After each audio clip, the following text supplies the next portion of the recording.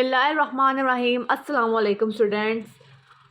आज हम पढ़ने वाले हैं थ्योरी, लॉ एंड प्रिंसिपल। सबसे पहले हम थ्योरी को डिस्कस कर लेते हैं कि थ्योरी हमारे पास क्या है। अब बुक में जो गिवन डेफिनेशन है पहले उसे देख लेते हैं। The hypothesis that stands the test of time, often tested and never rejected, is called theory. ठीक है,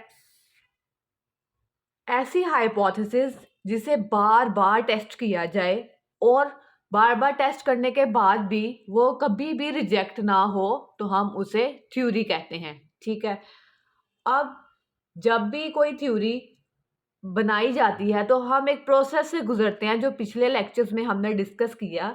सबसे पहले ऑब्जर्वेशन के बाद जब हमारे पास मल्टीपल थ्योरीज हाइपोथेसिस आती हैं तो उन हाइपोथेसिस को या तो हम एज्यूम करते हैं कि ये ट्रू है या फिर हम उसका एज्यूम करते हैं कि ये फॉल्स है।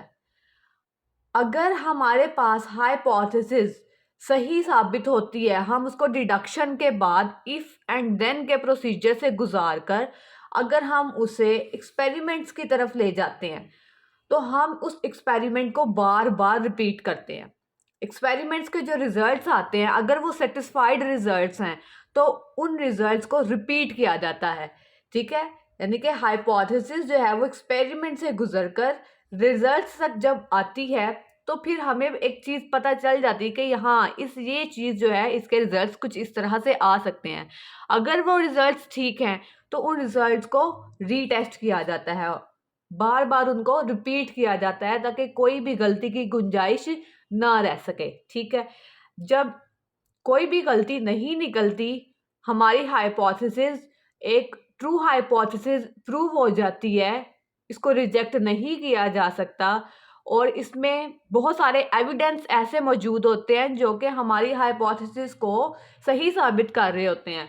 तो फिर हम क्या करते हैं, उस हाइपोथेसिस को, उन रिजल्ट्स को हम नाम दे देते हैं थ्योरी का। ठीक है, यहाँ पर जब थ्योरी आप एक बना लेते हैं तो उस थ्योरी का एक फर्दर जो है हमें लॉ की तरफ जाना पड़ता है। जैसे आपने क्वेश्चन स्टेटमेंट जो थी वहाँ से लेकर थ्योरी तक का सारा एक फ्लो चार्ट में सारा प्रोसीजर देखा। तो जब भी कोई बायोलॉजिस्ट जो है वो थ्योरी को बना लेता है तो उसके बाद उस थ्योरी को फर्दर जो है वो प्रोसेसिंग के लिए लोगों को बताना पड़ता है। ठीक है, जब आप कोई भी एक्सपेरिमेंट करते हो उस एक्सपेरिमेंट के रिजल्ट्स अच्छे आते हैं तो आप खुश होते हैं ना कि भाई रिजल्ट्स तो आ गए हैं। और ये जो भी रिजल्ट्स आते हैं ये आपके कुछ हफ्तों के या कुछ दिनों के नहीं होते, आपको कुछ मंथ्स लगते हैं, कुछ ईयर्स लग जाते हैं अपनी इस एक्सपेरिमेंटेशन को कंप्लीट करने के लिए। तो जब आप अपनी एक्सपेरिमेंटेशन कंप्लीट करके थ्योरी बना लेते हो तो इस थ्योरी को प्रोडक्टिव थ्योरी साबित करने के लिए आपको बहुत सारे बायोलॉजिस्ट को, बहुत सारे लोगों को बताना पड़ता है कि ये थ्योरी जो है वो मेरे एक्सपेरिमेंट्स का रिजल्ट है। आगे देख लेते हैं, नेक्स्ट हमारे पास है लॉ और प्रिंसिपल।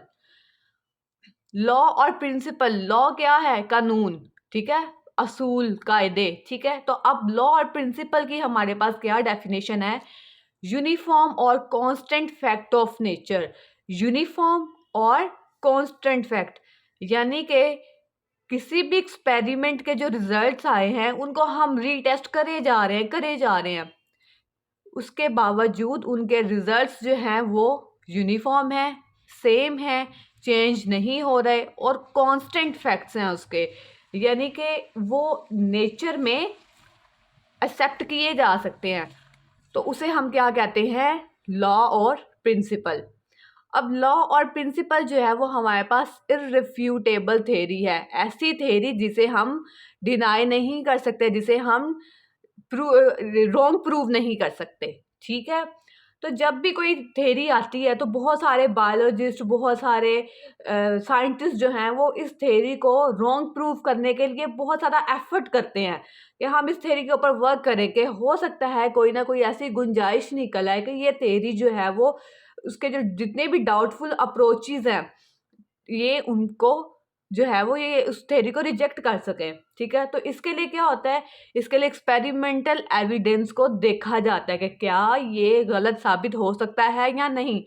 बट अगर लॉ या प्रिंसिपल इसकी एक क्वालिटी है कि इसको रॉन्ग प्रूव नहीं किया जा सकता, जब थ्योरी हमारे पास बिल्कुल 100% एक्यूरेट होती है और इसको रॉन्ग प्रूव ना किया जा सके, तो हम उसे लॉ और प्रिंसिपल कहते हैं।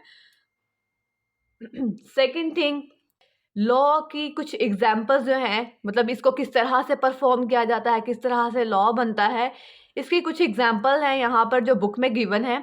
Hardy-Weinberg law, Mendel's law of inheritance. अब ये साइंटिस्ट थे, इन्होंने अपना अलग अलग चीज़ों पे एक्सपेरिमेंट किया। अब हार्डी-वेनबर्ग लॉ जो है, ये आप जो बच्चे एफएससी प्री मेडिकल में जाएंगे ये वहाँ पर पढ़ेंगे, और जो मेंडल्स लॉ ऑफ इनहेरिटेंस है ये मैट्रिक की बुक में है, 10th क्लास की बुक में है बायोलॉजी में, ये आप इसकी डिटेल वहाँ पर पढ़ोगे। अब लॉ और प्रिंसिपल बनाने का क्या फ़ायदा मिलता है, जब हम कोई लॉ बना लेते हैं कि इस चीज़ को अब आप रिजेक्ट नहीं कर सकते, जैसे न्यूटन के जो लॉ हैं आप उनको रिजेक्ट नहीं कर सकते। ठीक है, तो अब जो इनका बेनिफिट ये है कि जब हम कोई लॉ बना लेते हैं कि यार ये काम इस तरह से होता है, तो फिर आपके जहन में आता है कि जैसे अगर हमने किसी डिजीज़ की वैक्सीनेशन किसी एक ऐसे सब्सटेंस से बना ली है जो कि ह्यूमन ब्लड में ही पाया जाता है, तो आप ये सोचोगे कि भाई अगर ह्यूमन ब्लड के इस एलिमेंट से या इस सब्सटेंस से एक वैक्सीन बनाई जा सकती है, तो हो सकता है ब्लड में कुछ ऐसी चीज़ें भी मौजूद हो, ऐसे एलिमेंट्स भी प्रेजेंट हो जिससे हम मज़ीद कोई वैक्सीन बना सकें। मतलब आपके जहन में कोई नए नए क्वेश्चंस आ रहे हैं, नई नई हाइपोथेसिस आ रही हैं। ठीक है, तो ये लॉ और प्रिंसिपल का ये बेनिफिट होता है, it keep suggesting new hypothesis. ठीक है, इसमें आपके पास नई नई हाइपोथेसिस आती रहती हैं। इससे क्या फ़ायदा हमें मिलता है कि जो हम टेस्ट कर रहे हैं वो हमारे चलते रहते हैं। अगर ब्लड रिलेटेड कोई चीज़ हमारे जहन में आ रही है, ह्यूमन ब्लड रिलेटेड, तो हम क्या करेंगे, हम सबसे पहले जो हमारे पास क्वेश्चन होगा उसको तो करेंगे, बायोलॉजिकल क्वेश्चन उसको तो सॉल्व करेंगे, लेकिन साथ साथ फिर हम क्या करेंगे, हम अगले हमारे जहन में जो क्वेश्चंस आएंगे हम उसके लिए टेस्टिंग करेंगे। तो इस तरह से ये एक चेन है जो गोज ऑन, मतलब इट चलती रहेगी। ठीक है, तो थ्योरी क्या है, जब हाइपोथेसिस बिल्कुल हम उसको रिजेक्ट ना कर सकें तो थ्योरी बन जाती है, और थ्योरी वो है जो लोगों को बताई जाती है, फिर लोग उसको टेस्ट करते हैं। जब लोग उसको टेस्ट करने के बाद रिजेक्ट ना कर सकें तो उसे लॉ या प्रिंसिपल बना दिया जाता है। ठीक है, आई होप सो आपको समझ में आ गया होगा। जो चीज़ समझ में नहीं आई आप कमेंट में पूछ सकते हैं। अल्लाह हाफिज़।